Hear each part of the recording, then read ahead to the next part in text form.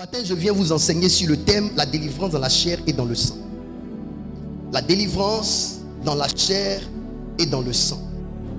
Le dimanche dernier, je devais enseigner sur transformer en la même image. Mais comme je n'ai pas prêché dimanche dernier et que Dieu nous avait mis dans un temps de prière,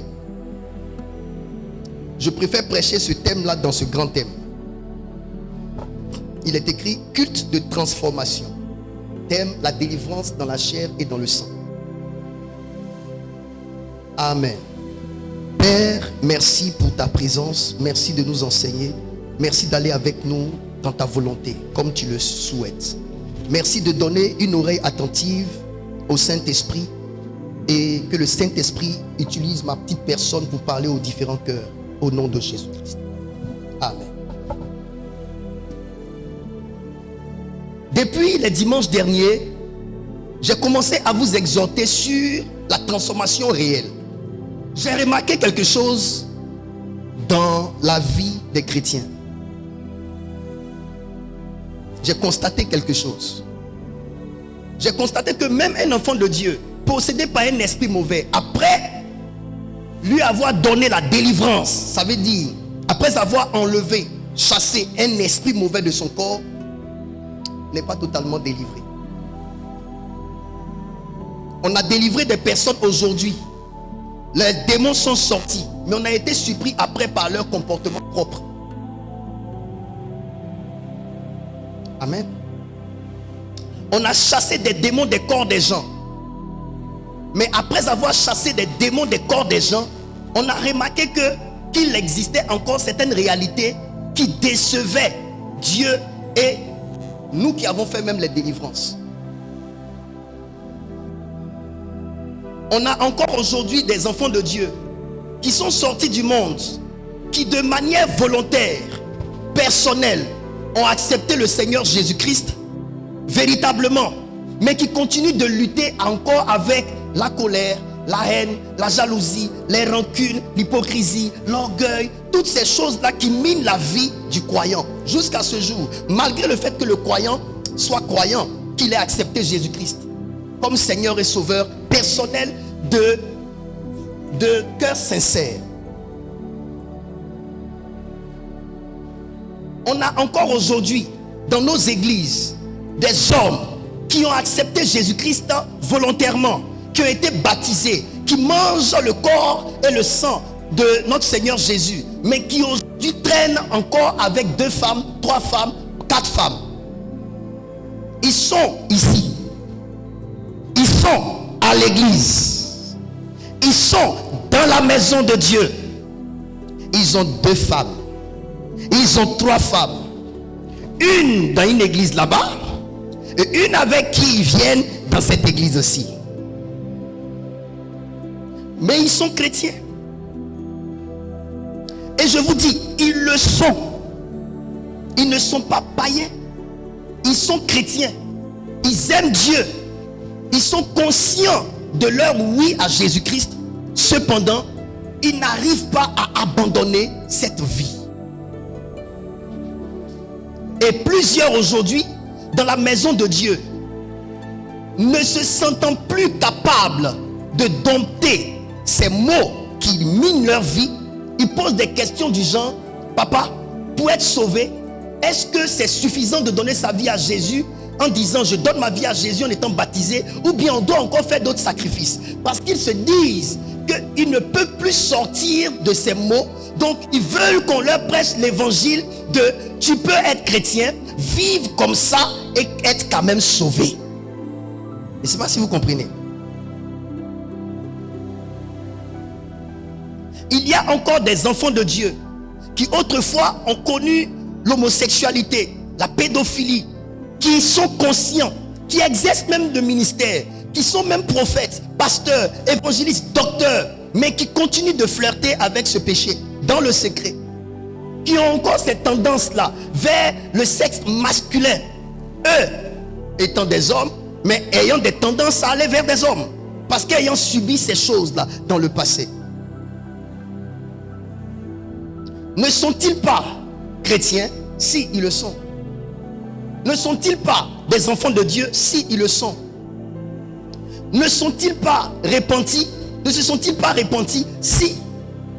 Ne prient-ils pas pour sortir de ces choses? Si. Ils prient, ils jeûnent. Mais parfois, après avoir jeûné, c'est avec le même péché pour lequel ils ont jeûné qu'ils coupent le jeûne. Pourquoi? Parce que il y a une réalité existentielle dans le corps humain. La réalité, c'est que ces choses-là ont pris vraiment racine en nous et on n'arrive pas à s'en départir. Et parfois, c'est une douleur et une souffrance pour plusieurs d'être dans des églises où les hommes de Dieu prêchent sur le péché. Parce que chaque fois qu'on prêche sur le péché, c'est comme si on les condamnait. C'est comme si on les jugeait. Et ils se sentent mal. Ils veulent aller dans des églises où on ne touche pas du tout le péché. Mais je vous dis, il n'y a pas une église digne de son nom dans laquelle on ne prêchera pas sur le péché. Sauf les églises d'apparence église, mais de fond secte. Vous avez à la tête de cette communauté un homme de Dieu qui parle aussi sur le péché. Parce que la réalité de la venue de Jésus sur la terre, c'est vrai, Dieu a tant aimé le monde, mais l'amour que Dieu a eu pour le monde là, qui l'a emmené à envoyer Jésus, était lié au fait que Dieu avait fait un état des lieux. Et qu'il avait vu que le monde était en perdition. Perdition pourquoi? À cause du grand mal qui est le péché. Et donc, on ne peut pas parler de l'amour de Dieu sans parler du péché dans lequel les hommes sont tombés. On ne peut pas parler de la venue de Jésus et de son sacrifice à la croix sans parler alors du péché. Parce que le Jésus qui est venu n'est pas resté Jésus pour mourir. Il a été obligé d'abandonner son identité de fils de Dieu pour devenir un simple serviteur, un pécheur et même le péché. Et donc vous devez savoir que notre foi en Jésus-Christ est une foi qui parle le langage aussi du péché. Du péché et du sacrifice de Jésus-Christ pour l'humain, pour expier le péché afin que l'homme ait le pouvoir de dominer sur ce grand mal qui l'enfer met autrefois dans le séjour des morts. C'est pourquoi j'aimerais vous dire, ne prenez pas l'enseignement sur le péché comme étant une chicotte. Prenez l'enseignement sur le péché comme étant une révélation. Prenez l'enseignement sur le péché comme étant une connaissance qu'on vous donne, afin que vous réalisiez que telle chose existe et que Dieu est contre telle chose, et qu'il vous donne par Jésus-Christ la force de dominer, de dompter ces choses. Il y a plusieurs personnes, quand elles passent sur une vidéo où l'homme de Dieu commence en parlant du péché, ils passent. Ils veulent plus écouter, parce que quand on parle du péché, ça les pique. Tu vois comment ça te pique là? Ça te pique pour que tu puisses comprendre la valeur de la venue de Jésus sur la terre, pour ce mal. Regarde, même déjà Jésus est mort pour ça, pour te donner le pouvoir de dominer ça. Regarde quand on parle de péché, regarde comment ça te pique. Et s'il ne venait pas? Là ça n'allait pas te piquer, hein? Ça allait te tuer. Et c'est ce qui était à l'ordre du jour. Je commence mon introduction ainsi. Je révèle les faits. Vous tous qui êtes ici, vous avez accepté Jésus-Christ comme Seigneur et Sauveur personnel, volontairement. Sinon, vous ne seriez pas ici. D'autres ont été pris dans un véhicule que je paye. Mais pour que tu puisses monter dans le véhicule, il a fallu que toi-même, tu aies dans ton cœur de l'amour pour Dieu. Parce qu'on peut envoyer un véhicule ramasser des gens et puis les gens peuvent ne pas monter. Donc c'est l'amour de Dieu qui t'a fait monter dans le véhicule gratuit pour venir dans la maison de Dieu. Donc tu as payé quand même un prix. Le prix de ta volonté à venir. Il y a certains parmi vous qui ont pris de leur argent pour payer leur transport, pour venir. Quelqu'un qui n'aime pas Dieu ne prendra pas son argent, mettre dans un véhicule et venir. Vous aimez Dieu, mais à côté de ce grand amour que vous avez pour Dieu, regardez les combats et les luttes que vous avez chaque jour. Vous luttez contre l'impudicité, vous luttez contre l'adultère, vous luttez contre le mal, vous luttez contre la colère, vous luttez contre la mauvaise langue, vous luttez contre la médisance, parler mal des gens sans vérification, vous luttez contre l'esprit d'aposmandia. Ce sont des chrétiens qui vivent comme ça. Aujourd'hui, il y a encore des chrétiens. Ils sont chrétiens véritablement, mais ils sont encore dans les histoires de se saouler. Jusqu'à aujourd'hui, ils ne peuvent plus avoir un sommeil simple et naturel. S'ils doivent dormir, c'est qu'ils se sont palo avec 3 verres de koutoukou et ils bâtissent ça jus d'orange. Mais on est ici, on n'est pas du tout sérieux. Peut-être même que si on fouille dans des sacs, on trouvera tabac. Il y a peut-être des gens qui chiquent tabac encore à notre 21e siècle. Et je vous dis, les enfants de Dieu souffrent. On est à couteau tiré avec les mots que le Seigneur a traités. Et c'est pour cela que je suis venu parler de la délivrance dans la chair et dans le sang. Je suis venu parler réellement de la délivrance de manière intégrale. Et je vais vous emmener sincèrement aujourd'hui à ouvrir très bien votre esprit. Parce que ce sont des mots qui minent notre monde intérieur. Quand vous entendez qu'un enfant de Dieu est à l'église et que de quelque temps après, il quitte la maison de Dieu, il abandonne Dieu, il est dehors. Mais ce sont des problèmes caractériels qui sont dans son être intérieur là, qui ont orchestré ça. Je n'aime pas qu'on parle de moi. Je n'aime pas qu'on dise ça sur moi. L'orgueil. Et pour ça, d'autres se fâchent et quittent la présence de Dieu et s'en vont dans une autre église. Mais tu vas changer beaucoup d'églises. Le problème, ce ne sont pas les églises que tu changes. C'est cette chose-là qui est en toi, là, qui fait que tu changes les églises. Tu n'aimes pas qu'on parle de toi. Et tant que tu n'as pas eu le pouvoir de dominer cet orgueil que tu as, orgueil personnel, de ne pas accepter qu'on prêche un message qui va dans ta direction, tu ne vas jamais t'asseoir quelque part dans une église et être fidèle. Vous devez arriver à ce point-là où vous acceptez que l'homme de Dieu qui est votre père spirituel, il vous parle. La Bible dit que celui qui n'aime pas les réprimandes, il hait l'intelligence. Oui, je viendrai bientôt prêcher sur les réprimandes, les reproches. Ce sont des écoles pour avoir de la sagesse. Mais les enfants de Dieu d'aujourd'hui n'aiment pas que leur père spirituel les réprimande. Ils n'aiment pas que leurs responsables d'église les reprochent, leur reprochent quelque chose. Ils n'aiment pas. Et toutes ces choses-là, ce sont des mots qui minent notre monde intérieur. Mais on est chrétien déjà.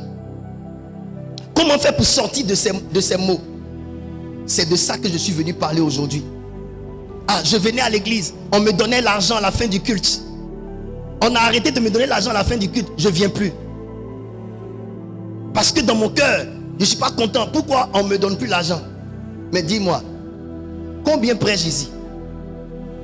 Pourquoi faut-il que toi qui ne prêches pas, on te donne de l'argent?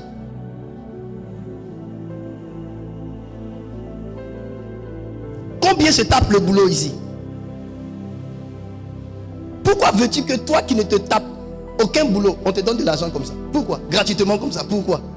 Je parle de tout au fait. Pour montrer qu'il y a des choses qui sont en nous qui nous amènent à avoir des attitudes. Et tout ça, je suis venu pour régler ça. C'est pour cela que je parle de la délivrance dans la chair et dans le sang. Quand je parle de délivrance dans la chair et dans le sang, je parle de délivrance effective. Comment faire pour sortir vraiment de ces mots? Amen. Aïe, aïe, aïe, aïe, aïe. Genèse chapitre 3, versets 7 à 11. On commence par verset 1er. Je lis la parole du Seigneur. Genèse 3. Lisez ensemble avec nous. Le serpent était le plus rusé de tous les animaux des champs. Des champs, oui. Que l'Éternel Dieu avait fait. Que l'Éternel Dieu avait fait, oui. Il dit à la femme, Dieu t'a-t-il réellement dit, vous ne mangerez pas de tous les arbres du jardin? Dieu a-t-il réellement dit, vous ne mangerez pas de tous les arbres du jardin? La femme répondit au serpent. La femme répondit au serpent. Nous mangeons du fruit des arbres du jardin. Très bien. Mais quant au fruit de l'arbre qui est au milieu du jardin, Dieu a dit, vous n'en mangerez point et vous n'y toucherez point, de peur que vous ne mouriez. Retenez, de peur que vous ne mouriez. Alors le serpent dit à la femme, vous ne mourrez point, mais Dieu sait que le jour où vous en mangerez, vos yeux s'ouvriront et que vous serez comme des dieux, connaissant le bien et le mal. Oui. La femme vit que l'arbre était bon à manger et agréable à la vue. La femme vit que l'arbre était bon à manger et agréable à la vue. Et qu'il était précieux pour ouvrir l'intelligence. Et qu'il était précieux pour ouvrir l'intelligence. Elle prit de son fruit et en mangea. Et en mangea. Elle en donna aussi à son mari qui était auprès d'elle, et il en mangea. Et il en mangea. Les yeux de l'un et de l'autre s'ouvrirent. Il connut qu'ils étaient nus. Il connut qu'ils étaient nus. Et ayant cousu des feuilles de figuier, il s'en fit des ceintures. Très bien. Alors il entendit la voix de l'Éternel Dieu qui parcourait le jardin vers le soir. Et l'homme et la femme se cachaient loin de la face de l'Éternel. Retenez ça. L'homme et la femme se cachaient. Ils se cachent. Dis avec moi, ils se cachèrent. Ils se cachaient Très bien. Allons-y. au milieu des arbres du jardin. Très bien. Mais l'Éternel Dieu appela l'homme et lui dit: Où es-tu? Où es-tu?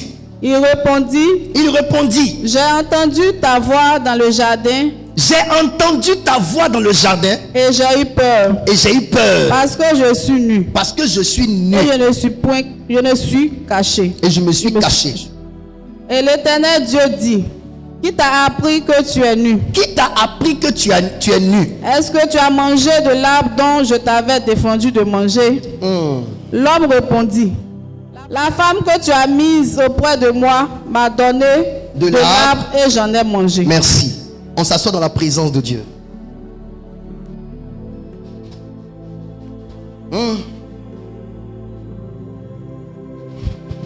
Je cherche la meilleure façon de prêcher ce message.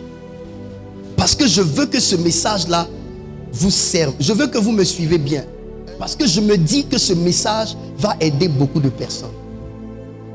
Quand on prêche ici, c'est clair que des personnes se sentent offusquées. Mais j'ai été béni de voir la semaine passée, je suis passé je crois, mercredi, certains de mes enfants venir au bureau avec des larmes aux yeux, en disant, en confessant leurs fautes.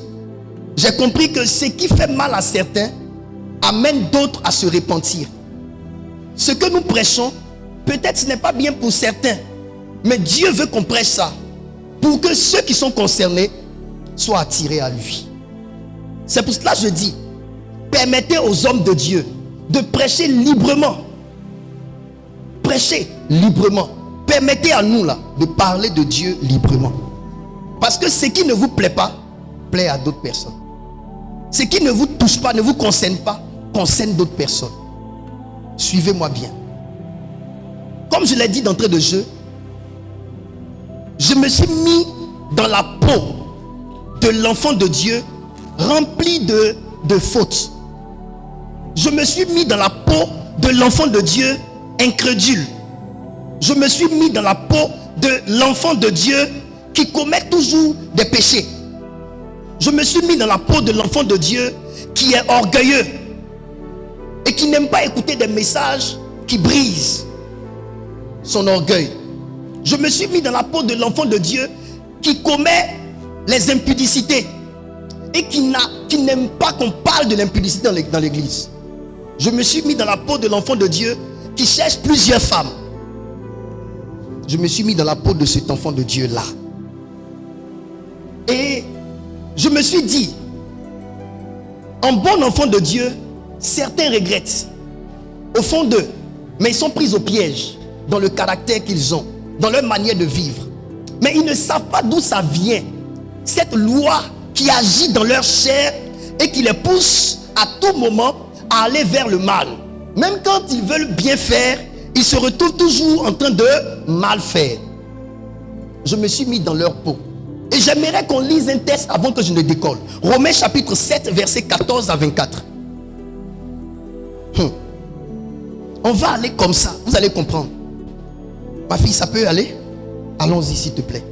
Je lis la parole du Seigneur. Nous savons en effet que la loi est spirituelle. Oui. Mais moi, je suis charnel, vendu au péché. Je suis charnel, vendu au péché. C'est l'apôtre Paul qui parle ici.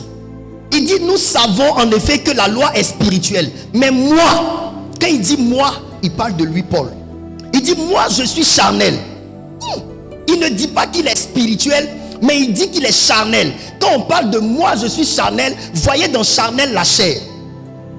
Un homme qui vit selon la chair est charnel. Il dit, mais moi je suis charnel, vendu au péché. Donc on peut être vendu au péché. Je veux que tu retiennes ça. Lorsque je constate, malgré le fait que j'ai accepté le Seigneur, que je n'arrive pas à arrêter le péché, il y a probabilité que je sois vendu au péché. Mais par qui? Je veux parler posément pour qu'on se comprenne. Est-ce que vous comprenez jusque-là? Ok. L'apôtre Paul est en train de faire une déduction. L'apôtre Paul, au fait, a fait une analyse de sa vie. Et quand il fait l'analyse, il est arrivé à la conclusion que la loi de Dieu est spirituelle. Mais une autre réalité, c'est que lui, Paul, il est charnel, vendu au péché. Donc vous devez savoir qu'un homme charnel, c'est un homme qui est vendu au péché. Maintenant, deuxième vérité, c'est que quelqu'un qui est vendu au péché ne pourra pas arrêter le péché, même s'il veut arrêter le péché. Parce qu'il a été vendu déjà au péché. Donc, quelqu'un qui a été vendu au péché, pour qu'il arrête le péché, il faut qu'il soit racheté. Il faut qu'il soit racheté. Je prends un exemple. Le président Accré est un esclave. Et quelqu'un m'a vendu le président Accré. Quand moi j'achète le président Accré, c'est pour l'utiliser. Je l'ai acheté pour que lui, président Accré, balaie ma maison. Il ne peut pas arrêter de nettoyer ma maison aussi longtemps qu'il est mon esclave.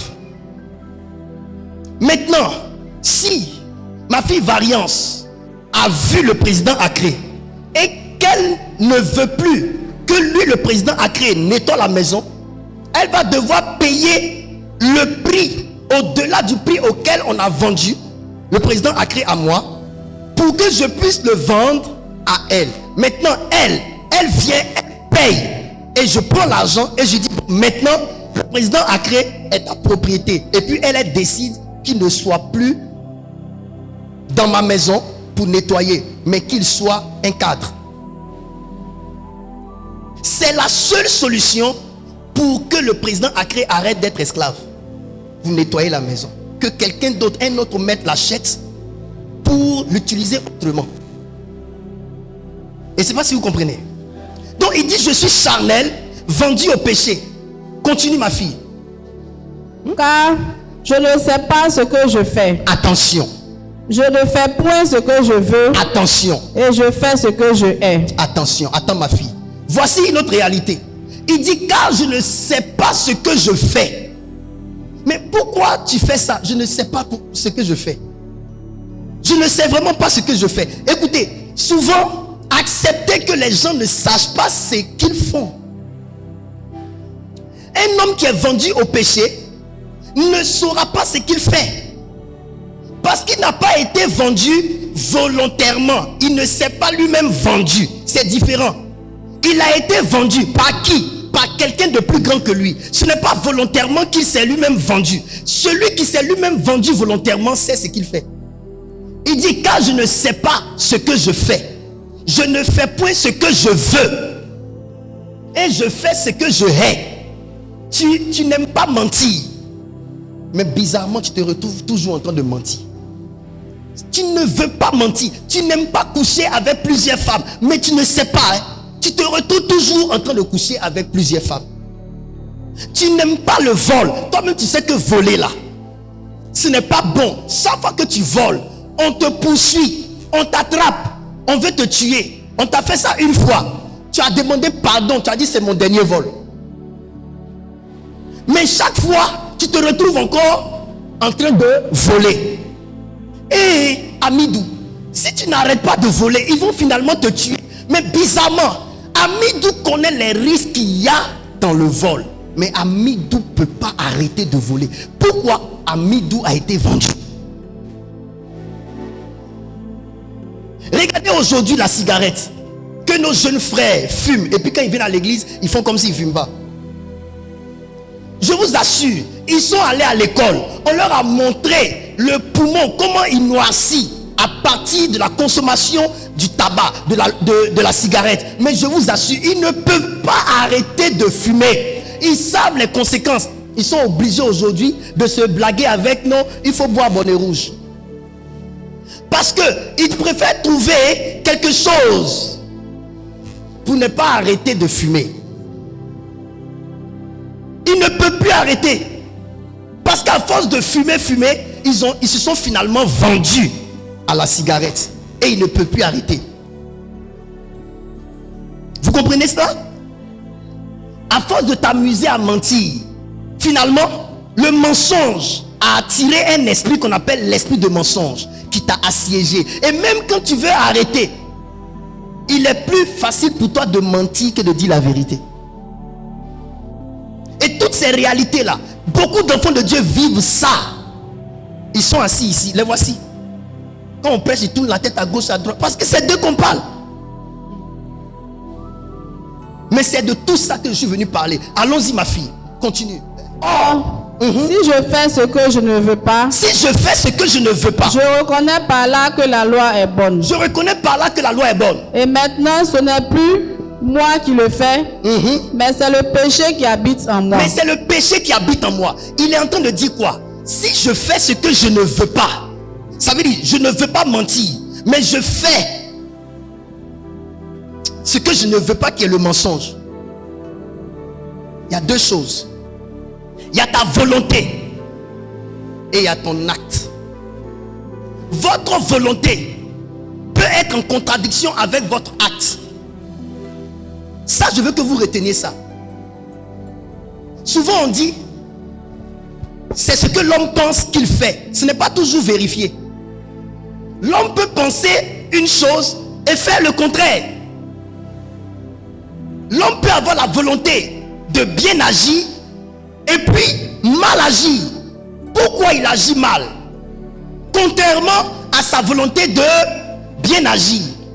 Parce qu'il y a une autre personne en l'homme qui agit. Cette autre personne qui est en l'homme s'appelle le péché. Il dit, et maintenant ce n'est plus moi qui le fais. Quand il dit ce n'est plus moi qui le fais, ça veut dire que l'homme est dans sa volonté.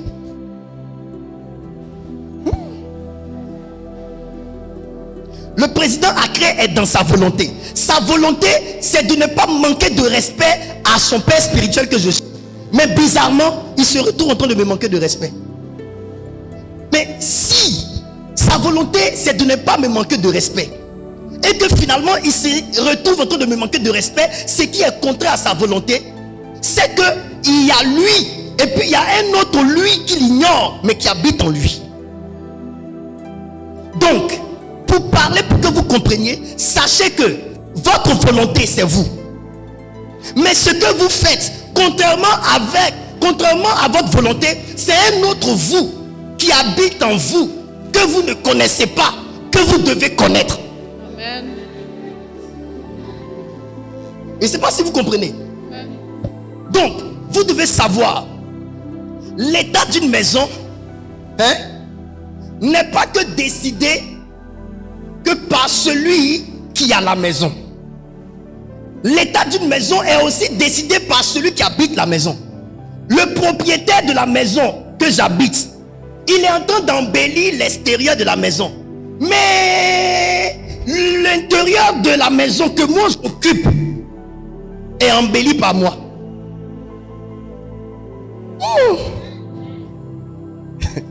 Il y a ce que le propriétaire de maison veut que sa maison soit. Le propriétaire de maison, par exemple, ne voudra pas qu'on change les peintures qu'il a mises dans sa maison. Mais c'est mal connaître le locataire. Le locataire vient, il rentre dans la maison. Il décide que la couleur blanche ne lui sied pas, il faut une couleur rouge. Il change. Quand le propriétaire de maison va rentrer dans la maison, dans sa maison, il va voir que ce qui est dans la maison est contraire à ce qu'il veut dans sa maison. Mais il ne peut pas discuter. Pourquoi? Parce que la maison appartient dorénavant à celui qui loue. Vous comprenez? Donc le propriétaire de l'immeuble souvent n'habite même pas l'immeuble. Il habite dans une autre maison. Mais tous tout ce qui est dans les différentes chambres ou les différents appartements de son immeuble, ça dépend de ceux qui les habitent. C'est pourquoi, écoutez-moi bien, l'apôtre Paul parle ici de deux personnes en lui-même. Il parle de la première personne qui s'appelle Paul, qui habite dans la volonté de Paul. C'est pourquoi il dit ce que je veux. Il parle aussi d'une autre personne qui habite le même Paul, qui s'appelle comment? Péché. Le péché qui habite en moi. Vous me comprenez? Donc, l'homme est habité, l'homme Paul est habité de deux entités. Il est habité par Paul au travers de sa volonté, et il est habité par le péché au travers de ses actes qui sont contraires à sa volonté. Celui qui veut connaître Dieu vraiment va écrire ces choses. Moi, je ne crois pas en ceux qui n'écrivent pas. Moi, je vous dis là, je ne crois pas en ceux qui n'écrivent pas. Je ne crois pas en ceux qui pensent qu'ils comprennent et qui n'écrivent pas. Je ne crois pas. Parce que même une vision doit être révisée pour son actualisation. Quand vous venez dans la maison de Dieu, venez pour devenir enfant de Dieu. Il faut qu'on vous apprenne les bonnes manières. Les gens qui vont à l'église, qui pensent que être chrétien, c'est venir juste à l'église. C'est pas ça être chrétien. Sauf si tu n'es pas allé à l'école et que tu ne sais pas écrire. Mais quand tu viens à l'église là, tu viens à l'école pour apprendre. Tu es un disciple. Un disciple là, il prend note. Vous venez, vous ne prenez pas note, vous êtes assis. Vous comprenez même quoi. Et après là, ça veut dire que vous n'allez pas réviser. Vous n'allez pas aller à la maison, ouvrir votre cahier pour voir ce qui a été enseigné. Vous-même étudiez la parole de Dieu de manière profonde pour que cela soit dans votre vie de tous les jours. C'est pourquoi la parole de Dieu ne transforme pas les gens. Parce que les gens ne prennent pas ça pour mettre dans leur vie au quotidien. Ma fille Variance, tu as compris cela? Écoutez-moi très bien, suivez-moi bien. Je vais vous donner une révélation aujourd'hui. Quand je préparais ce message sur la délivrance dans la chair et dans le sang, le Seigneur m'a dit une chose. Suivez. Le Seigneur m'a dit, pour que les enfants de Dieu soient délivrés complètement, il faut que tu leur dises comment un enfant de Dieu à l'origine doit fonctionner. Comment un enfant de Dieu à l'origine doit fonctionner. Suivez-moi bien. Dieu n'a pas créé l'homme pour qu'il vive de lui-même. Dieu a créé l'homme pour qu'il soit conduit. Je répète, Dieu n'a pas créé l'homme pour qu'il vive de lui-même, pour qu'il commence à vivre de lui-même. Dieu a créé l'homme pour qu'il soit conduit.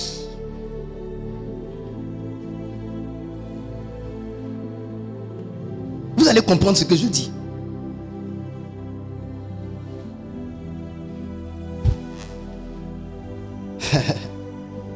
L'homme dans le jardin d'Éden, n'avait pas le droit de commencer à vivre dans le jardin s'il n'avait pas une direction.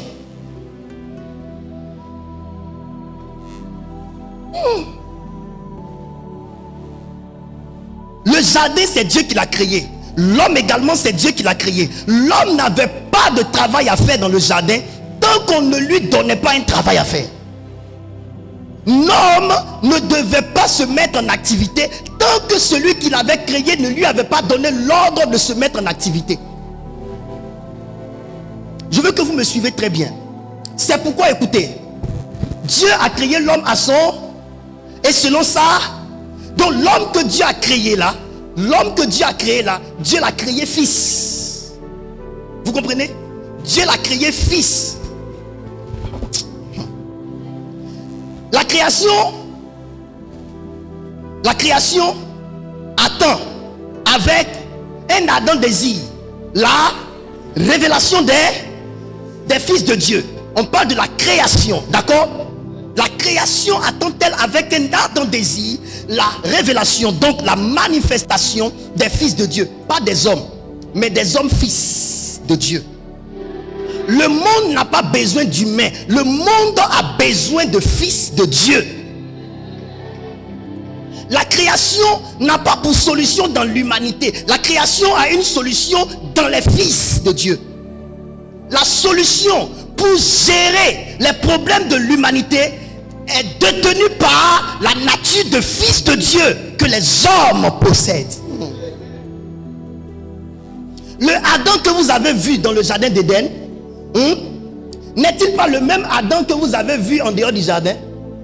La différence, ça c'était quoi? Changement de lieu, d'environnement. Mais pourquoi ce changement d'environnement? Parce qu'une nature a été perdue. La nature de fils de Dieu en Adam étant perdue, Adam s'est délocalisé du jardin d'Éden pour être sur la terre. À la vérité, la nature de fils de Dieu marche avec le jardin d'Éden, qui est la représentation physique de la présence de Dieu. Autrement dit, le fils de Dieu marche dans la présence de Dieu.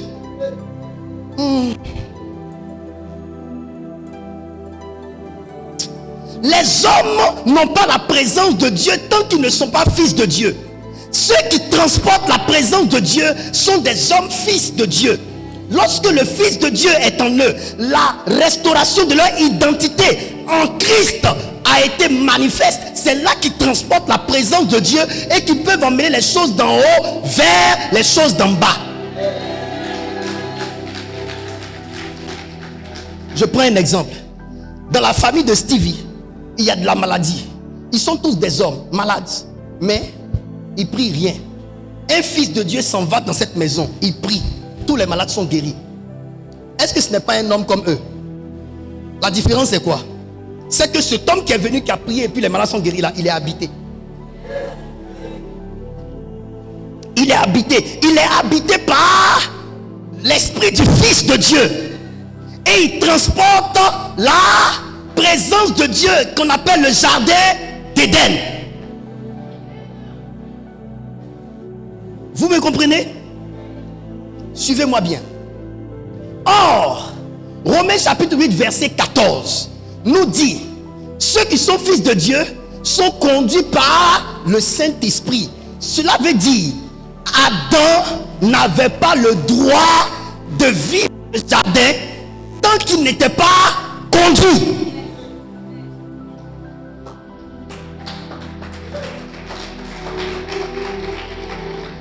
L'homme n'était pas censé vivre par lui-même et de lui-même. L'homme devrait être conduit par qui? Le Saint-Esprit. C'est lorsqu'il est conduit par le Saint-Esprit que son identité de fils de Dieu se met en évidence et en manifestation. Vous n'êtes pas fils de Dieu juste parce que vous le dites. Vous êtes fils de Dieu parce que vous êtes conduit par le Saint-Esprit. Le problème de l'humanité, on a des hommes qui se disent être des fils de Dieu sans être conduits par l'Esprit de Dieu. On a des hommes de Dieu qui se disent être des fils de Dieu mais qui ne sont pas conduits par le Saint-Esprit. Et c'est ces hommes de Dieu qui créent beaucoup de problèmes dans le monde. Parce qu'ils se le disent mais ils ne sont pas conduits.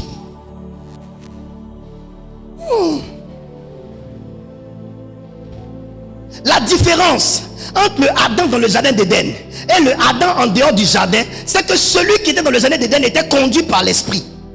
Il a perdu le jardin d'Éden quand il a arrêté d'être conduit par l'Esprit et qu'il a été conduit par un autre esprit dans le serpent.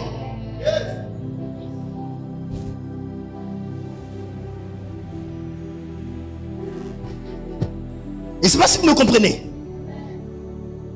Suivez-moi bien. Psaume chapitre 23 verset 1 à 3. Vous allez voir quelque chose, une vérité capitale dans la parole de Dieu. Oh Saint-Esprit. Psaume 23 verset 1 à 3. Est-ce que c'est déjà là? Cantique des cantiques. L'Éternel est mon berger, je ne manquerai de rien. Vas-y. Il me fait dans de verts. Ce n'est pas moi qui me dirige, c'est lui qui me fait, c'est lui qui est en action et moi je suis conduit par lui. Je vais dans sa direction. Il me fait reposer dans de verts pâturages.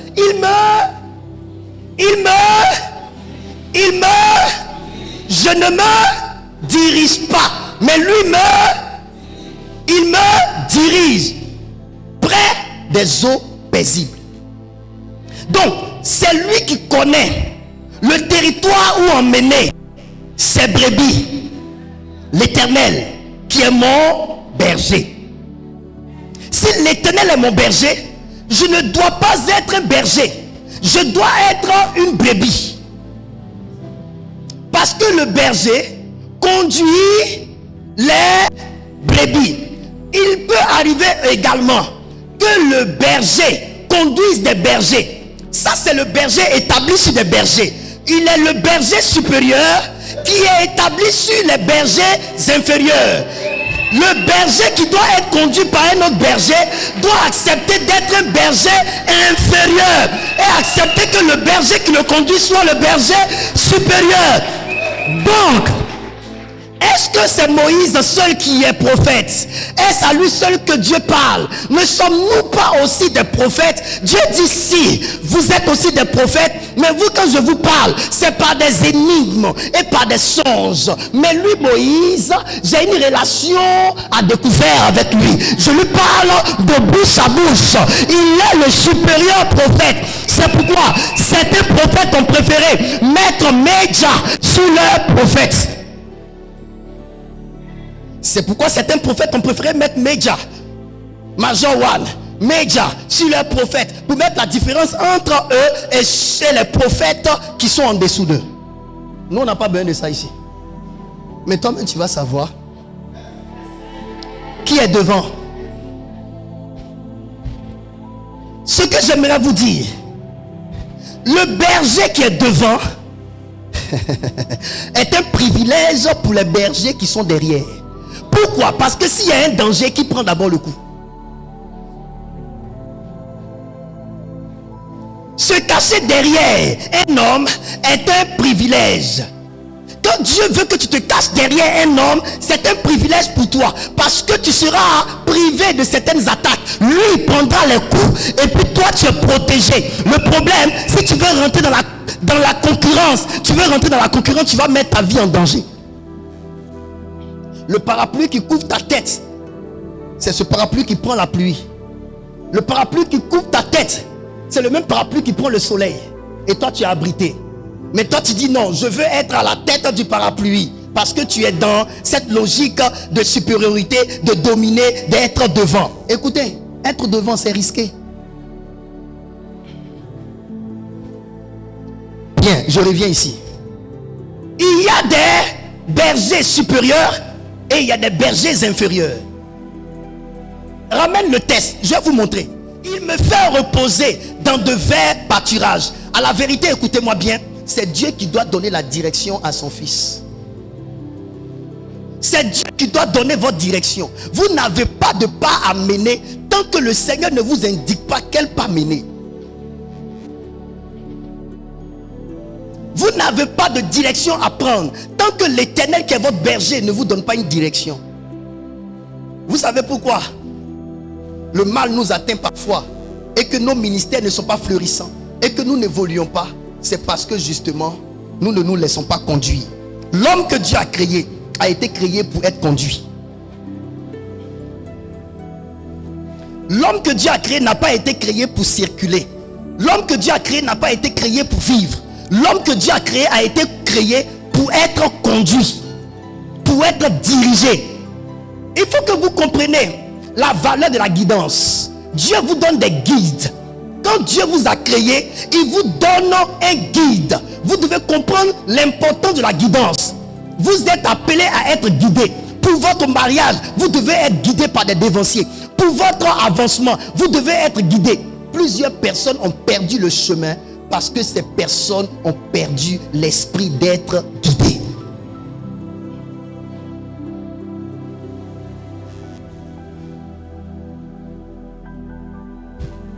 Dieu sait où te conduire. C'est lui qui sait. Il me fait reposer dans de verts pâturages. Toi, tu ne sauras pas où se trouvent les verts pâturages, mais Dieu sait où te faire reposer. Et il faut avoir confiance. Écoutez-moi bien. Être guidé, c'est faire confiance à celui qui te guide.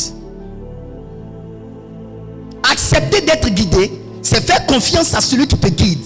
C'est croire que celui qui te guide te conduira à bon port. Il ne te perdra pas, mais il te sauvera. Ceux qui n'aiment pas être guidés sont des personnes qui n'ont pas confiance en la guidance de leur guide.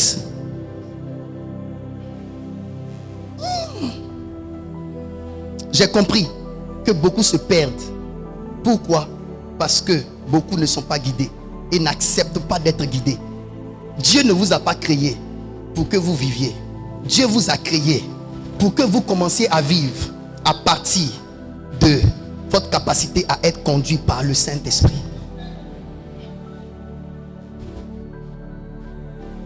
Pourquoi d'après vous, il a fallu juste un conseil et puis un problème dangereux s'est arrêté? C'est l'esprit de guidance. Quelqu'un t'a guidé. Quelqu'un t'a orienté. Et paf, le problème est parti. Mais aussi longtemps que tu vas vouloir faire comme tu veux, comme tu penses, ça ne marchera pas. Il faut que quelqu'un d'éclairé te montre. Regarde, voilà comment tu dois faire et ça va marcher. Dieu vient de te donner l'intelligence qui est dans la capacité à être guidé. Je peux avancer. Vous avez compris ça? Tout le monde a compris ça? Écoutez-moi bien. Pourquoi beaucoup d'enfants de Dieu, même vous qui êtes ici là, pourquoi beaucoup, avec toutes ces années dans la maison de Dieu, beaucoup sont encore en retard sur les promesses de Dieu? Vous n'êtes pas guidés. Vous n'êtes pas guidés. Les chrétiens pensent que la prière qu'on fait pour eux est plus forte que l'orientation qu'on leur donne. Quand on prie pour toi, on ne t'a pas donné de direction. Mais quand on te dit, voilà comment tu dois vivre, fais ça, ne fais pas ça, fais ça, on est en train de te guider, on est en train de te donner un chemin. On te dit, voilà le chemin que tu dois prendre. Beaucoup d'enfants de Dieu veulent qu'on prie pour eux. Très peu veulent qu'on leur montre le chemin. Ce n'est pas la prière qui a emmené Joseph vers ses frères. C'est un homme qui lui a donné une orientation. Ce n'est pas la prière qui a emmené David vers Goliath. C'est un homme qui lui a dit, on donnera tel à telle personne qui vaincra Goliath, et qui l'a conduit vers le roi. Ce n'est pas la prière qui a emmené David dans le palais du roi Saül pour jouer de la harpe. C'est un homme qui a entendu parler de David qui jouait de la harpe, qui a proposé David et qui a montré le chemin à David. Écoutez, on peut prier pour vous, ça ne vous aidera pas plus que vous montrer le chemin. Dans ton entreprise, un homme de Dieu éclairé, ou bien quelqu'un qui est dans le domaine de l'entrepreneuriat, éclairé, il va te dire, voilà le tuyau, passe comme ça, passe comme ça. On te guide, on est en train de t'orienter et ça marche. Simplement, la guidance, accepter d'être conduit, c'est ce qui manque à beaucoup d'enfants de Dieu. Papa, voilà telle chose que je veux faire, mais je ne sais pas par quoi commencer. On va prier, on prie, Dieu nous donne l'orientation. Mon fils, commence comme ça. Si tu veux que ta vie évolue, ne fais pas ça. Fais comme ça, fais comme ça. Hier, quand je suis parti avec mes fils pour aller faire des dons aux imams, l'une de mes filles m'appelle. Elle dit, papa, je suis tellement fier de toi que je suis en train de faire la même chose que toi. Je t'ai vu faire des dons. Moi aussi, je me suis levé. Dans mon service ici, les musulmans qui sont ici, j'ai commencé à leur faire des dons. Mais papa, je t'assure, ils m'ont béni, que j'avais des larmes aux yeux, que je veux faire comme toi. Ça veut dire que le chemin que prend ton père spirituel, c'est le chemin qui t'ouvre. Tu ne fais que faire ce que ton père fait. Moi, quand je promets quelque chose à quelqu'un, le même jour là, la minute qui suit, je lui donne. Le président Akri disait que c'est une qualité que je veux prendre chez papa. C'est pas ce que tu as dit au bureau. Dis en même temps faire. Parce que j'ai vu dans la Bible, le Seigneur dit, c'est un piège que de prendre à la légère un engagement sacré. Et dès que tu fais un vœu à Dieu, faut pas tarder à accomplir ton vœu. Fais-le tout de suite avant de faire autre chose. Je suis vraiment à l'introduction de la phase introductive de mon message.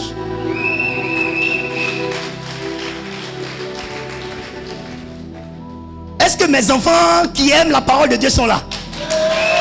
Aïe, aïe, aïe, aïe, aïe, aïe, aïe, aïe. Oh là là là là là là là là. Alors, qu'est-ce que je veux dire? Regardez, j'ai réfléchi et j'ai vu que le problème de péché que Adam et Ève ont connu n'était pas vraiment un problème de fruit de la connaissance du bien et du mal. Je parle de l'esprit de guidance. Je parle de la capacité à être conduit. Écoutez-moi très bien. Est-ce que l'arbre de la connaissance du bien et du mal n'était-il pas dans le jardin? Est-ce que Adam et Ève ne voyaient pas ce arbre-là? Si.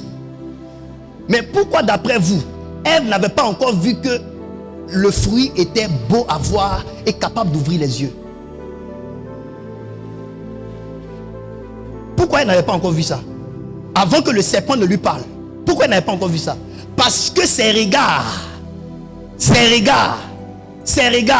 étaient dirigés par la parole que Dieu a donnée à son mari, que son mari lui a donnée. J'ai dit, attendez, l'homme n'avait pas d'abord mangé le fruit de la connaissance du bien et du mal avant que le péché n'entre en l'homme. L'homme avait mangé la parole d'abord. Je vous explique. Suivez-moi bien. Ma fille Varance, est-ce que tu es là? Président Acré, pourquoi Ève n'avait pas vu le fruit beau et capable d'ouvrir les yeux? Parce qu'avant que le serpent ne lui parle, ce qui guidait son regard et sa vie, c'était la parole que Dieu avait dite à son mari, que son mari lui avait dit. Donc elle était guidée dans le jardin d'Éden par la voix de Dieu. Je vais vous dire une chose. Ce n'est pas d'abord une question de fruit. C'est une question de voix. Je répète. Deutéronome 28. Si tu obéis à ma voix, voici les bénédictions.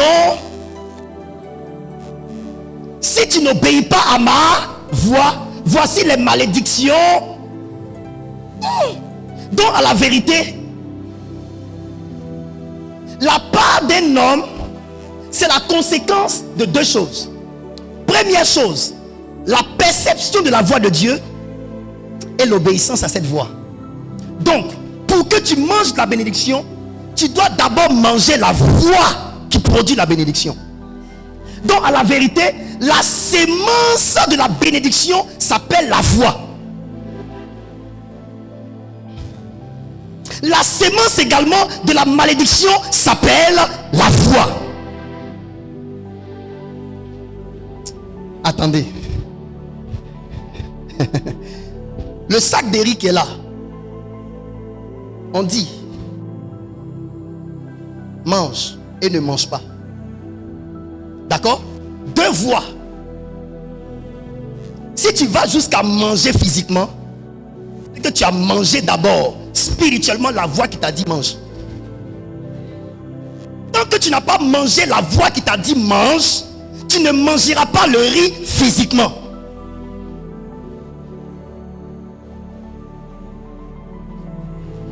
C'est pourquoi ce n'est pas le fruit qui a dénaturé l'homme, c'est la voix du serpent.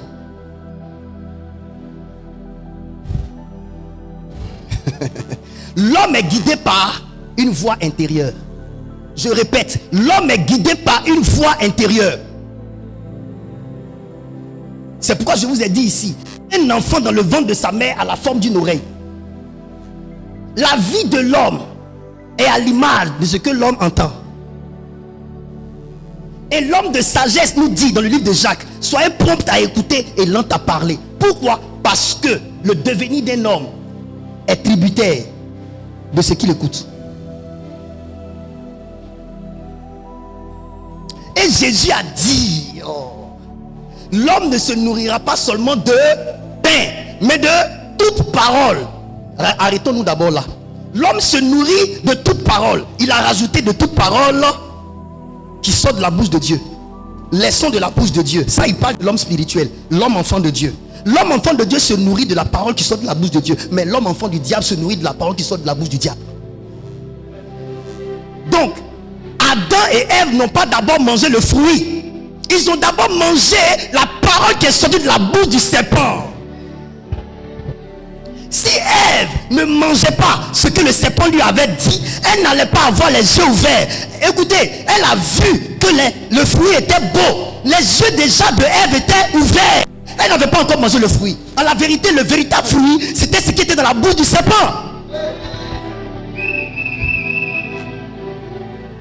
Je vous pose une question. Aïe, mais attends, si c'était vraiment le fruit qui avait la capacité, toute la légitimité d'ouvrir les yeux, pourquoi alors elle a vu d'abord que le fruit était beau à manger, alors qu'elle ne voyait pas ça auparavant? C'était la voix du serpent. La voix du serpent est la parole qui sort de la bouche du serpent. Jésus dit, l'homme ne se nourrira pas seulement de pain. Il a dit pas seulement. Ça veut dire que il se nourrira de pain, mais aussi d'autres choses.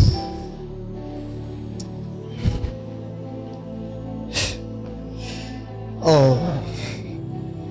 L'homme ne se nourrira pas seulement de pain. C'est le français. Pas seulement. Président Acré. Adam n'a pas mangé seulement que le fruit.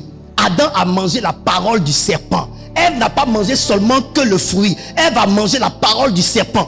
Et la parole du serpent qu'elle a mangé, c'est ce qui a fait que ses yeux se sont ouverts. Elle a vu que le fruit était beau à voir et capable d'ouvrir les yeux. C'est pour cela qu'elle a mangé. Ça veut dire qu'elle était tombée d'accord avec ce qu'on lui avait dit. Écoutez-moi bien. À quel moment la parole vous façonne? La parole vous façonne lorsqu'elle trouve en vous la foi. La foi, c'est la clé de fusion entre vous, votre nature et la parole que vous avez captée. C'est pourquoi dans la parole de Dieu en hébreu, la Bible dit que c'est la même parole de Dieu qui leur a été prêchée, qui nous a aussi été prêchée. Mais cette parole a été inefficace chez eux parce que la parole n'a pas trouvé de foi chez eux. Autrement dit, la parole a produit des effets là où la parole a trouvé la foi. Parce que lorsque la foi vient embrasser la parole et la foi emmènent la personne et la parole de devenir la même personne. Vous devenez ce que vous croyez. Écoutez. Le serpent dit, Dieu a-t-il réellement dit que vous ne mangerez pas de tous les fruits des arbres du jardin? Pourquoi d'après vous, le serpent n'est pas allé rapidement pour dire mange? Et puis il a entamé une conversation. Parce qu'il sait qu'il faut d'abord qu'il ait réussi à convaincre en parole avant que la femme ne mange. Aïe. Tu ne peux pas prendre une femme, aller la marier tant qu'elle n'est pas tombée d'accord, après tes dragues. Non, il faut la convaincre. Quand elle accepte maintenant, tu sais que tu peux la soulever pour l'emmener là où tu veux. C'est ça d'abord. Il faut parler à la vérité. On conduit l'homme par la parole. C'est pourquoi un homme qui a le pouvoir de la parole est un homme qui a le pouvoir de conduire.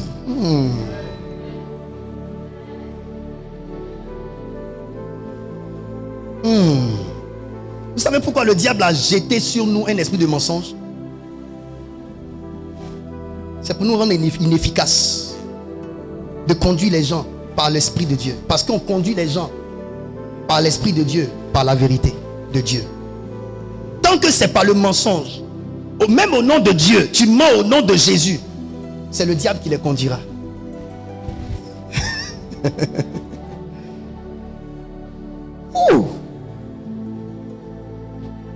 Et écoutez-moi bien. Qu'est-ce qui a conduit Ève? Je vous dis, pourquoi Ève a vu que le fruit était beau à voir et capable d'ouvrir les yeux? C'est ça qu'on appelle la révélation. À la vérité, ce n'est pas la parole qui est claire, c'est la révélation de la parole qui est claire. Ça veut dire quoi? Ce que le diable a dit était la parole du diable, mais sa façon de voir le fruit, c'était la révélation. En fait, la révélation, c'est quoi? C'est oui, je réalise maintenant que ce que tu viens de dire là, je vois que c'est vrai. Oui, c'est la compréhension. Écoutez, les disciples d'Emmaüs, les disciples d'Emmaüs n'ont pas compris que c'était avec Jésus qu'il parlait sur le chemin. Mais quand Jésus a mangé la Sainte Seine avec eux, la Bible dit que leurs yeux s'ouvrirent et ils comprirent que c'était le Fils de Dieu qui était là. Les yeux qui se sont ouverts là, c'est la révélation qui est rentrée. On te prêche, on te parle, tu ne comprends pas, tu n'as pas la révélation. Quand tu as la révélation, tu épouses ce qui est annoncé. Vous ne pouvez pas être un avec ce que je prêche tant que vous n'avez pas eu la révélation que j'ai eue qui m'a amené à vous enseigner. La révélation, c'est la lumière. Au fait, ce que Ève a vu, c'est la révélation du diable dans ce que le diable lui a dit. Elle a eu la révélation sur le fruit. Elle n'avait pas cette révélation. Prends garde à toi que le diable ne te révèle. Oui, tu vois, ton frère là, il est comme ça. Satan vient souffler ça dans tes oreilles. Du coup, regarde, ta façon de voir ton frère va changer. La façon de voir ton frère, c'est la révélation de ce que la personne t'a dit. Et cette révélation là montre que tu as cru. Tant que tu ne crois pas en ce que la personne a dit, tu ne verras pas mal ton frère. Tu combattras la personne qui parle mal de ton frère. Mais lorsque tu auras réalisé qu'on dirait c'est vrai, c'est que la révélation est rentrée, tu as cru. Et c'est parce que tu crois que tu commences à voir comme la personne voit ton frère. Tant que tu ne crois pas en ce que la personne t'a dit sur ton frère, tu ne verras pas ton frère comme la personne voit ton frère. Allô? Allô? On te dit que ton papa là, il a tué quelqu'un. Tant que tu ne crois pas, tu ne verras pas ton papa comme un tueur d'homme. Mais quand tu vas commencer à voir, à sentir au-dedans de toi qu'on dirait que ton papa fait ça, tu vois ton papa, tu le vois, le sang sur lui, tu le vois vraiment comme il est en train de tuer vraiment. Ou même tu t'assois et puis tu te poses des questions au sujet de ce qu'on t'a dit. Tu es en train de croire. Un peu de doute, un peu de foi, un peu de doute, réflexion autour de ce qu'on t'a dit. C'est la foi qui est en train de venir dans ce qu'on t'a dit. Si tu te vois en train de réfléchir sur le mensonge qu'on t'a dit, ou bien sur la vérité qu'on t'a dit sur la personne, tu es en train de réfléchir, c'est qu'on a réussi à loger ça dans ton esprit. À partir du moment où tu cogites là-dessus, tu rumines autour de ça, tu réfléchis là-dessus, c'est que la sémence est rentrée. La parole là qui est rentrée et qui te fait réfléchir sur ce qu'on t'a dit là. Écoutez, la personne a pris la sémence, elle a déposé en toi, la sémence est en train de faire son travail. Le serpent a parlé à Ève. La voix du serpent a été logée dans l'âme de Ève. Ève maintenant a commencé à réfléchir autour de ce que le serpent a dit. Quand vous commencez à réfléchir autour de ce qu'on a sémé dans votre cœur, sachez qu'on vous a donné la sémence de la parole. Et vous deviendrez ce que la personne vous a dit. Et vous verrez autrement le frère au sujet de qui on vous a parlé. On te dit, ton papa spirituel a fait ça. Quand tu commences à réfléchir autour et puis à remarquer que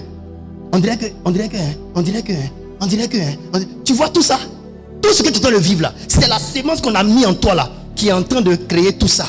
Les images que tu commences à avoir, tu commences à soupçonner ton papa, tu commences à soupçonner ton père spirituel, tous ces soupçons là que tu commences à avoir là, et c'est pas quelque chose d'autre, hein. C'est la parole là qu'on a sémée en toi là qui est en train de faire son effet.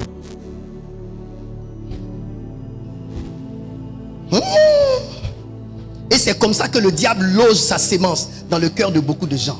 C'est comme ça que le diable loge sa sémence dans le cœur de beaucoup de gens. Vous pensez que c'est quand vous allez commencer à raconter, aussi comme les personnes qui vous ont raconté là que vous avez commencé à pécher. Vous avez déjà commencé à pécher le jour où vous avez accepté ça dans votre cœur, que vous avez commencé à réfléchir dessus. C'est le jour là que vous avez commencé à pécher. Ève avait déjà mangé le fruit. C'est pourquoi ça a été facile de prendre le fruit physique pour mettre dans sa bouche. Elle avait mangé déjà le fruit spirituel. Le fruit spirituel était la parole que le diable lui avait donnée.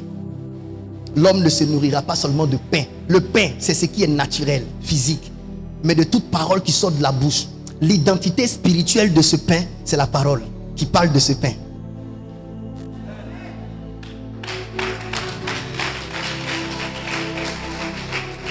J'ai dit, l'identité spirituelle de ce pain, c'est la parole qui parle de ce pain.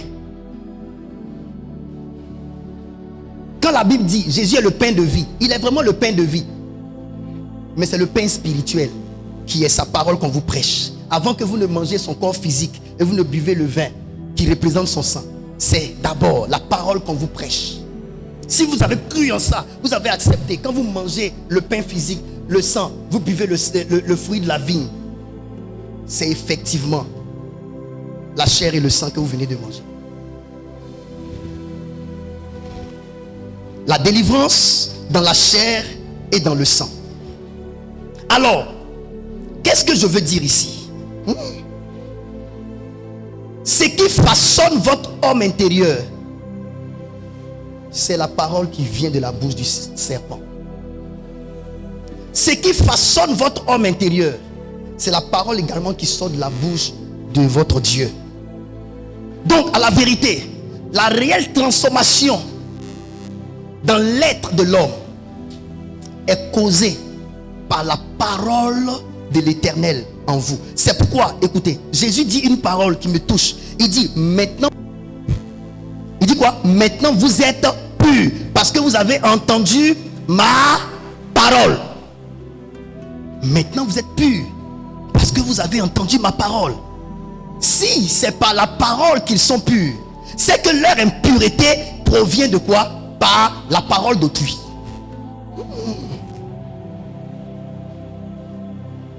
Amen. Autre chose, dans la parole de Dieu, vous entendrez des thèmes comme le vieil homme. Vous entendez des thèmes comme la chair, n'est-ce pas?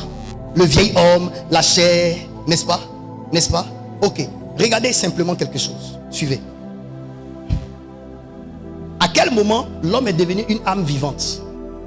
L'homme est devenu une âme vivante par la composition ou l'addition de l'esprit souffle émanant de Dieu en contact avec le corps physique. Quand Dieu a formé le corps physique de l'homme à partir de la poussière de la terre, Adama, il a formé, il a soufflé. Le souffle de Dieu dans les narines de l'homme émanait de Dieu, de son sein. Donc il a soufflé dans les narines de l'homme son esprit. Quand il souffle dans les narines de l'homme son esprit, l'esprit de l'homme en contact avec la chair, le corps physique, inerte, incapable de bouger de l'homme, l'homme devient une âme vivante. Donc c'est le contact entre l'esprit et le corps qui donne l'âme, donc l'identité de l'homme. Sachez que le contact de l'esprit avec le corps physique donne une identité. Ok?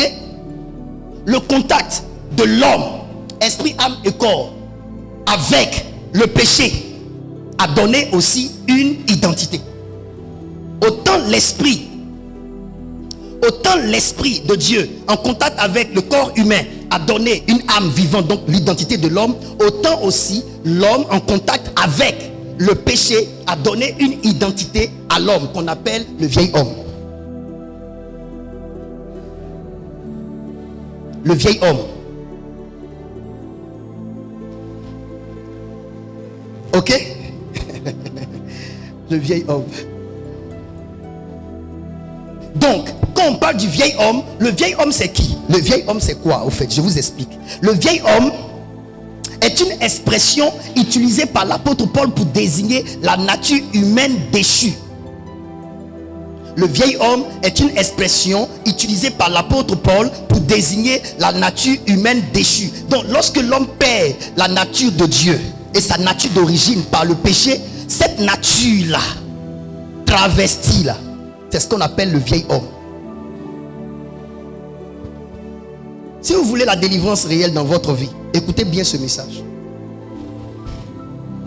Si vous êtes fatigué de mentir sans vouloir, de pécher sans vouloir, de vous mettre en colère sans vouloir, des choses qui vous mettent en mal aux yeux de vos frères, dans votre famille. L'une de mes filles me disait, à force de parler mal aux gens, même mes parents ne veulent même plus me recevoir chez moi à la maison. Bon, si cette nature-là doit te fermer toutes les portes de toi-même ta propre famille, c'est dans la vie de quel homme tu vas rentrer et puis tu vas rester. Donc tu te fermes toutes les portes au fait avec ce caractère. Maintenant tu peux être sauvé de ça. Et il faut que tu comprennes à l'origine ce qui s'est passé.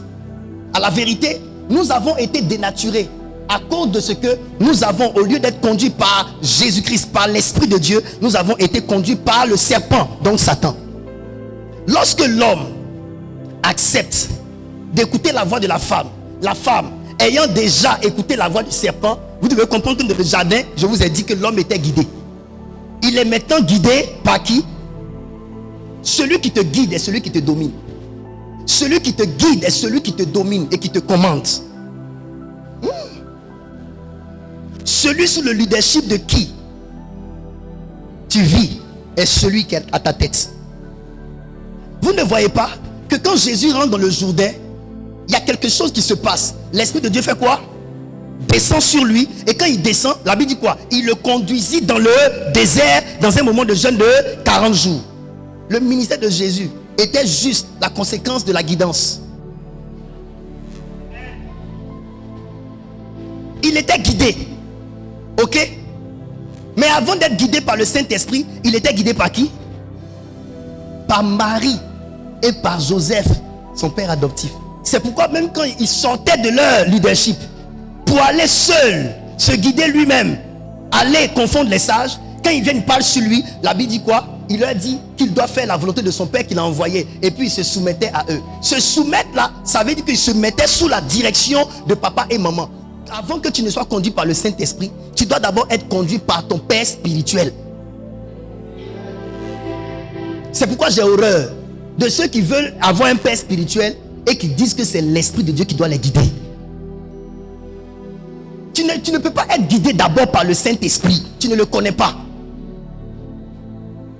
L'enseignement d'aujourd'hui, où on dit que l'Esprit de Dieu est dans la vie de tous les chrétiens, c'est vrai. Au point d'amener les chrétiens à se guider eux-mêmes sans tenir compte du fait qu'ils sont encore bébés spirituels, c'est un problème. Je ne sais pas si je parle bien. Les grands hommes de Dieu qui ont de grandes églises, ils ne peuvent pas contenir le peuple qu'ils ont. Donc ils veulent enseigner, ils veulent donner un enseignement pour dire au peuple de Dieu que vous ne devez pas dépendre de votre pasteur. Non. Quand vous avez grandi et que vous êtes devenus des fils, vous ne devez plus toujours avoir besoin de votre pasteur pour prendre certaines décisions parce que vous avez grandi. Mais vous aurez toujours besoin de votre pasteur à certains niveaux. Parce qu'il y a des choses que votre âge peut vous permettre de faire. Il y a d'autres choses que votre âge ne peut pas vous permettre de faire. Par exemple, un homme de Dieu pour qui j'ai fait la délivrance dans mon bureau ici, il a une église. Hier, il m'appelle. Il est en train de faire une délivrance d'une dame qui est atteinte de folie. Il m'appelle, il dit, je fais, je ne peux pas. Vraiment, comme c'est toi qui as fait ma délivrance, il sait que tu es mon dévancier. Vraiment, montre-moi un secret pour que je puisse finir avec ça. Je lui ai dit, il n'y a pas de secret. Le secret, c'est l'autorité que tu as. Si tu n'as pas assez d'autorité pour soumettre cet esprit, je te conseille de prendre la personne là pour aller dans un centre de retraite où des personnes compétentes peuvent faire ça. Parce que là où Géasi, avec le bâton de son père Élisée, n'a pas pu ramener le fils de la femme sunamite, Élisée lui est parti, s'est tendu sur l'enfant, l'enfant est revenu à la vie. Ce n'est pas une question de tu vas forcer, c'est une question de pouvoir. Tu n'as pas la force pour chasser ça, tu ne peux pas chasser, laisse ça à quelqu'un qui peut chasser.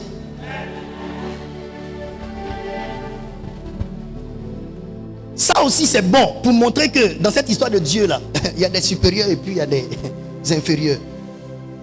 Des gens qui sont allés dans d'autres églises, ils n'ont prié pour eux rien, ils sont venus chez moi ici. En tout cas, je bénis Dieu. Il n'y a pas quelqu'un. Je ne suis pas puissant plus que les autres. Mais il n'y a pas quelqu'un, en toute humilité, qui est venu ici et puis qui a échoué. Ceux qui sont venus me voir, il n'y a pas un. Donc il y a des niveaux, il y a des grades. On peut avancer. Vous devez savoir, votre identité change dès que vous êtes guidé par le diable. Votre identité également change dès que vous commencez à être guidé par le Saint-Esprit. Quand tu es guidé par Jésus-Christ, maintenant, toutes les décisions que tu prends, tu consultes le Seigneur. On te dit fais ça, tu vas voir, tu auras de meilleurs résultats. Quand tu vas commencer à faire comme tu veux, alors que toi-même ta tête n'est pas bonne, quand tu vas faire comme tu veux, tu auras de mauvais résultats. Mais quand quelqu'un qui est éclairé va commencer à te dire fais comme ça, fais comme ça, fais comme ça, l'esprit de guidance va faire que tu vas commencer à avoir les résultats, pas tes résultats à toi, mais les résultats de la personne que tu suis. Mes enfants, je vous dis, voilà deux routes. Cette voie-là et cette voie-là. J'ai aimé ce que Papa Oyedepo a dit.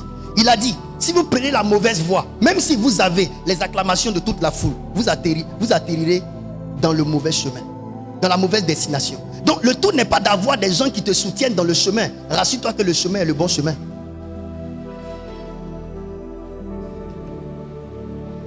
Moi, mon chemin, ça énerve mon frère le prophète Jado. Il n'aime pas. Ah, Franco Marie, toi tu aimes trop te mettre de côté, tu es seul, tu n'aimes pas t'associer aux gens, ça ce n'est pas bien. Mais c'est le chemin que Dieu veut pour moi. Donc dans ce chemin-là, je ne suis pas acclamé. J'ai personne dans ce chemin. Mais je fais mon travail tranquillement. Aujourd'hui, on est à ce nombre. Un peu. Tout ici sera rempli. On va gagner beaucoup d'âmes. Et puis l'église sera rebâtie. On sera partout dans le monde. Je préfère ce chemin-là. Un enfant de Dieu doit connaître le chemin que Dieu lui a indiqué. Quand Jésus vient, quand il t'aborde, il dit: je suis le chemin, la vérité et la vie. Ça veut dire que tu ne peux pas commencer avec Jésus si tu ne mets pas tes deux pieds dans un nouveau chemin. Ça veut dire, quand Jésus t'aborde, il t'aborde dans un chemin qui n'est pas son chemin. Je vais vous emmener à comprendre que votre caractère est le fruit de votre oui à une voix. Oui. Votre caractère est le fruit de votre oui à une voix. Il y a une voix en laquelle tu es accroché. Quelqu'un qui te donne conseil, tu écoutes, tu crois en ça. C'est ce qui détermine le caractère que tu as. Si tu écoutes quelqu'un qui est orgueilleux, ben tu seras orgueilleux comme la personne. Si tu es dans le groupe des personnes qui te parlent et qui te disent que nous sommes les meilleurs, les autres ne sont rien, tu vas commencer à avoir le caractère de te croire supérieur aux autres. Donc à la vérité, c'est la voix qui façonne l'homme. Et c'est la voix VOIX qui ouvre des voies VOIES. Le chemin qui se trace devant un homme est la conséquence logique de la voix que l'homme a acceptée dans son homme intérieur. C'est pourquoi ne jouez pas avec la voix de Dieu. Si tu obéis à la voix de Dieu, parce que c'est une bénédiction. Donc la voix enfante les bénédictions. La voix également enfante la malédiction. Attention. Mais pourquoi il dit si tu obéis? Obéir veut dire quoi? Si tu es d'accord. Donc la voix a un courant. Ce que j'aimerais vous dire, la voix qui sort d'un esprit, elle conduit du caractère de l'esprit. La voix qui sort d'un esprit, elle le conduit du caractère de l'esprit. À la vérité, la voix qui sort d'un esprit transporte la sémence, la nature de l'esprit qui te parle. C'est pourquoi, à force d'écouter une voix, tu deviendras la personne que tu écoutes. J'aimerais dire autre chose. Tout esprit qui te parle télécharge sa personne dans ton homme intérieur. Voilà. Lorsque vous écoutez une voix, vous téléchargez la nature du porteur de la voix. Quand un esprit te parle, il faut savoir qu'il est en train de convoiter ton homme intérieur. Oui, merci Saint-Esprit. Au fait, un esprit qui te parle veut t'habiter. Un esprit qui te parle veut t'habiter. C'est pourquoi remarquez, les gens viennent, ils racontent des rêves. Papa, j'ai eu un rêve. Dans le rêve là, un esprit m'a dit ça. Mais quand on prie pour la personne, bizarrement on chasse l'esprit là de la personne. Comment tu peux rêver? L'esprit là te parle, mais on prie pour toi et puis on chasse l'esprit de toi.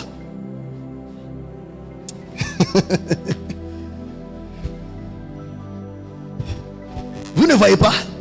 Parce que chaque fois qu'un esprit commence à vous parler et que vous commencez à l'écouter, l'esprit commence à entrer par le canal de vos oreilles et de votre foi à l'intérieur de vous. Vous comprenez ça? C'est pourquoi, écoutez, Ève était habitée par l'esprit du serpent. Ève était habitée par l'esprit du serpent. Pourquoi? Parce que elle était devenue la même personne que le serpent. La façon dont le serpent a vu le fruit là, et puis le serpent lui a dit là, c'est comme ça qu'elle a commencé à voir. Quand l'esprit ne lui avait pas encore parlé, elle voyait ce table là, elle ne voyait pas que le fruit était bon à manger. Mais pourquoi maintenant elle voit ça comme ça? Pourquoi elle voit du regard de l'esprit? L'esprit est rentré en elle. On appelle ça l'envoûtement. L'esprit est entré en Ève. Et Adam aussi. Adam lui il est tombé pourquoi?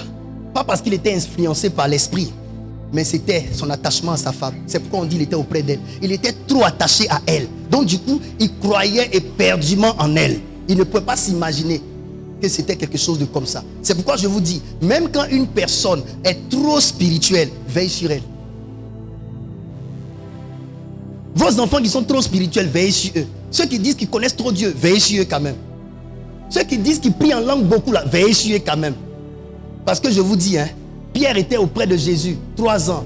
Mais au bout de la 3e année, Jésus lui a dit, quand tu seras converti, affermis tes frères. Donc on peut être 3 ans au pied de Jésus, le maître, le pasteur en qui il n'y a pas de péché, qui est saint, et puis ne pas être converti.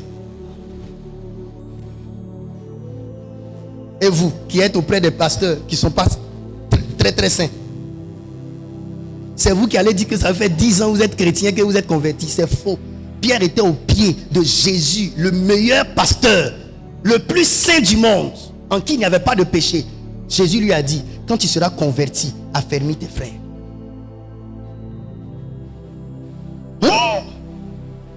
Dis avec mon Seigneur, je ne suis pas encore converti.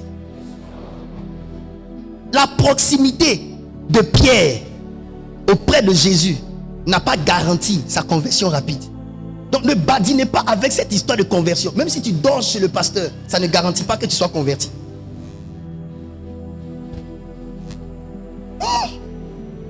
Je peux avancer juste un peu? Le vieil homme, sachez que votre nature que Dieu vous a donnée, la nature que Dieu vous a donnée, vous pouvez la perdre. Vous pouvez la perdre. Regarde, aujourd'hui tu arrives à dominer la cigarette. Mais si tu commences à marcher avec des personnes qui fument et que tu te laisses faire, tu vas fumer. Aujourd'hui tu ne bois plus pour te saouler. Mais je te dis, il n'y a pas une nature que tu as abandonnée qui ne peut pas revenir si tu ne veilles pas dessus.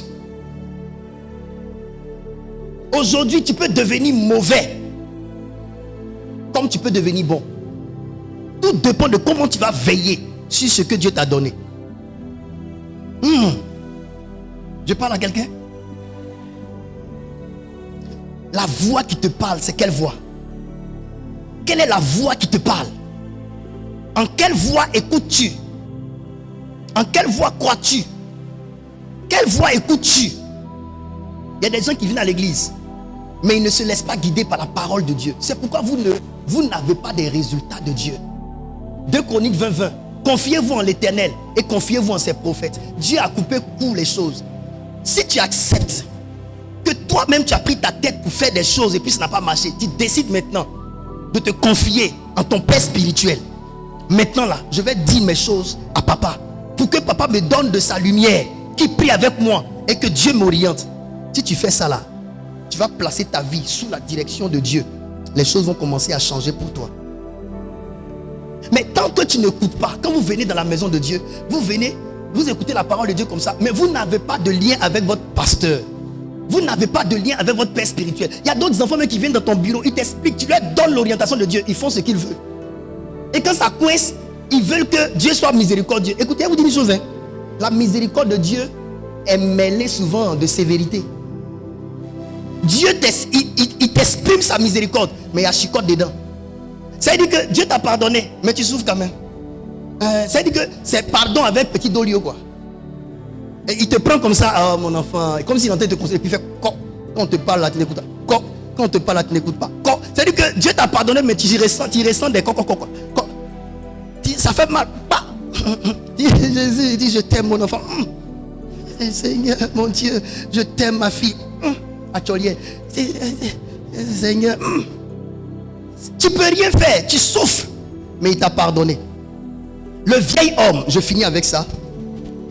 Le vieil homme, c'est la nature pécheresse. La nature pécheresse qu'on a héritée de Adam et de Ève.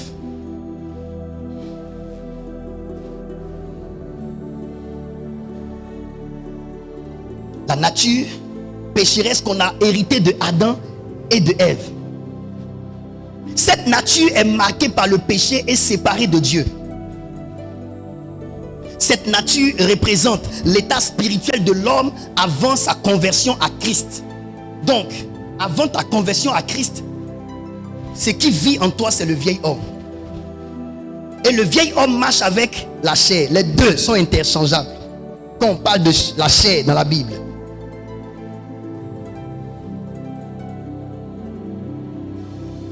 J'aimerais définir la chair. La chair, C'est un terme complexe dans la Bible. Il peut désigner le corps physique en sens littéral. Il peut désigner la nature humaine faible et pécheresse, inclinée vers le mal. La chair est également l'état de l'homme sans l'esprit de Dieu. Donc la chair, c'est l'état de l'homme sans l'esprit de Dieu. La chair, c'est l'état de l'homme sans l'esprit de Dieu. Dimanche prochain, venez nombreux et invités. Je vais rentrer pleinement maintenant dans la définition de la chair, sa manière de se comporter. Le vieil homme, c'est quoi le vieil homme? C'est quoi la chair? Leur manière de se comporter, les désirs de la chair. Et je vais vous expliquer, quand on parle de péché, qu'est-ce que le péché? Dans le sens vrai du terme.